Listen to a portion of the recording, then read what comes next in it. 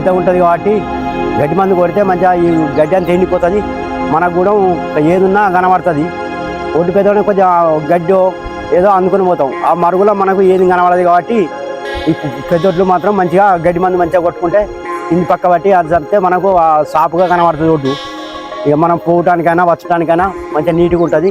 ఇంత ఎత్తుగట్ట ఉంటే కూడా పారబడేసి అటు మారేసి ఒడ్ల పొంటి గడ్డి మందు కొడితే ఎలుకలు ఉండయి, మంచిగా సాపుగా ఉంటుంది. ఇది ఎంత గడ్డి ఎండిపోతుంది కాబట్టి ఎలుక ఉండదు, పురుగు పూసి ఉండదు. అందుకే ఈ గడ్డి మందు కొట్టుకుంటే సాపుకుండి మనకు మంచిగా కనబడుతుంది. నడుచడానికి దేనికైనా ఇట్లా మన ఒడ్డు మంచిగా కనబడుతుంది. పామున్నా తేలున్నా ఏదున్నా కనబడుతుంది.